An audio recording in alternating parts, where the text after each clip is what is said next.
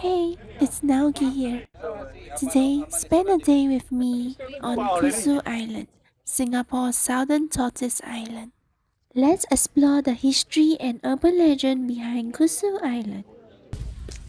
Let's go explore KUSU Island. Once upon a time, there was a tiny island off the coast of Singapore called KUSU Island. Legend has it, long time ago, two shipwrecked sailors were saved by a magical turtle who turned itself into an island.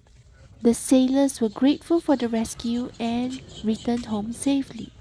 This miraculous event gave Kusu Island its name, which translates to Turtle Island in Chinese. Centuries passed and Kusu Island became more than just a story. It became a place of pilgrimage and prayers. Two beautiful temples were built on the island. Those two temples are known as Da Bo Gong Temple and Dua Bei Gong Temple. The weather is a bit humid and it's a bit drizzling, but I'm gonna enter the temple now. It's called the Da Bong Temple. Let's go. This temple were built by a Chinese businessman in the 19th century, and they became places where people of different faiths came to pray for health, wealth, and happiness. Let's talk about the history of Da Bo Gong Temple. The popular belief in Da Bo Gong, also known as merchant god or god of prosperity, took root on Kusu in 1923 when a wealthy businessman Chia Cheng Ho donated money to build a temple in honor of the merchant god. The Chinese temple houses many deities, but the main two deities are Da Bo Gong and Guan Yin. Da Bo Gong is highly regarded to have the power of confer prosperity, cure diseases, calm the sea, and avert danger. Guan Yin, aka Goddess of Mercy, is also known as Giver of Sons.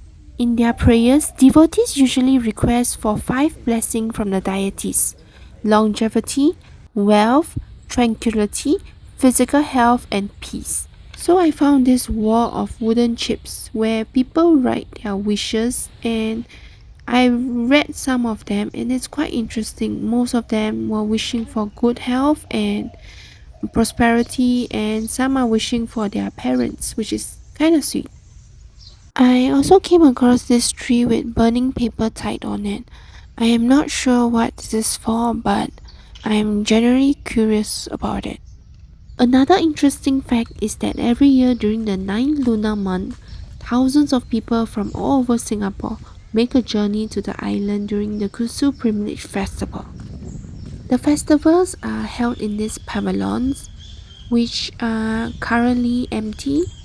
Besides that, people also visit KUSU Island for the KUSU Kramat, where they climb up 152 steps to reach the temple, believing that this climb will bring them blessing and good luck from the gods.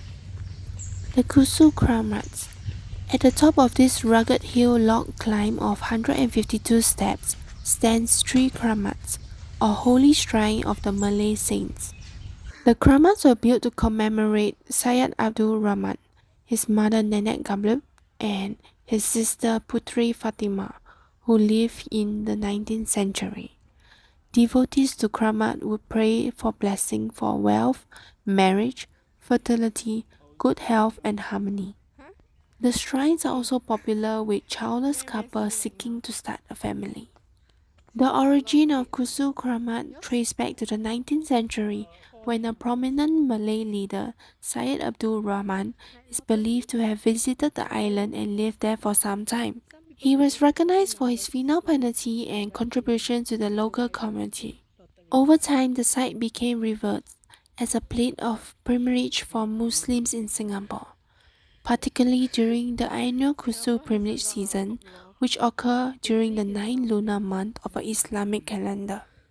In summary, KUSU Kramat is not only a place of religious significance for Muslims in Singapore, but also a reminder of the island's diverse cultural history and the interaction between different communities over the centuries.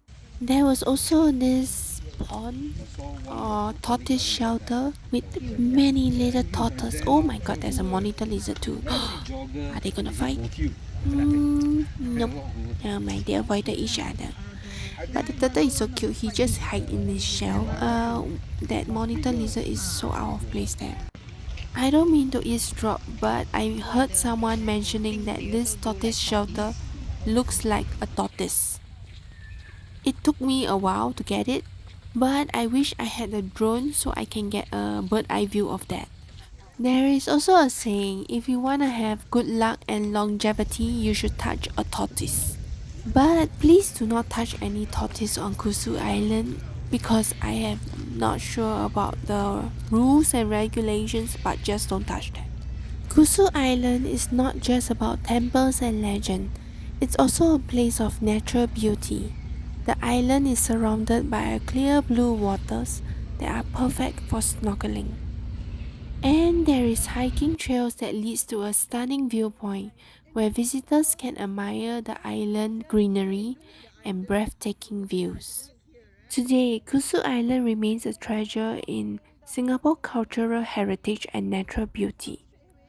It continues to welcome visitors who seek peace, spirituality, and a connection to the island's rich history. Whether you visit to pray at the temple, explore its natural wonders, or simply enjoy a day of tranquility by the sea, Kusu Island promises an unforgettable experience for all who come ashore. Sunday is the worst day to come.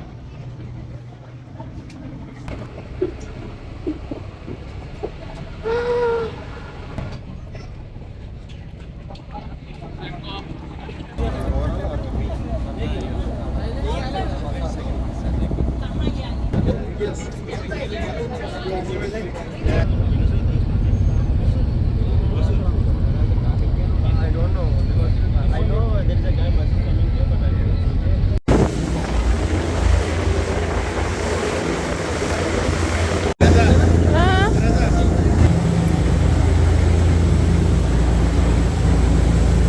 The tour guide said this was the sister's island, so yeah.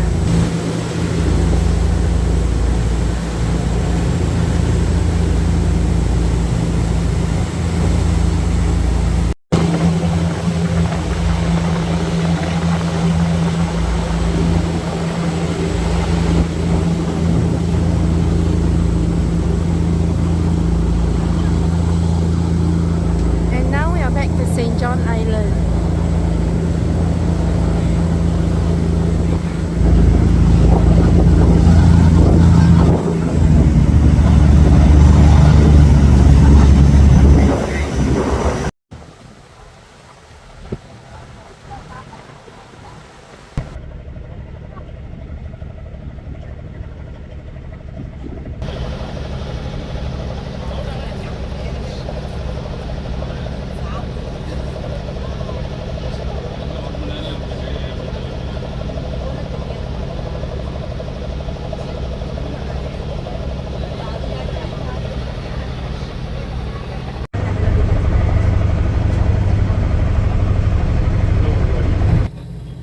The boat ride back to Singapore took around 45 minutes and I got really sleepy, so I fell asleep.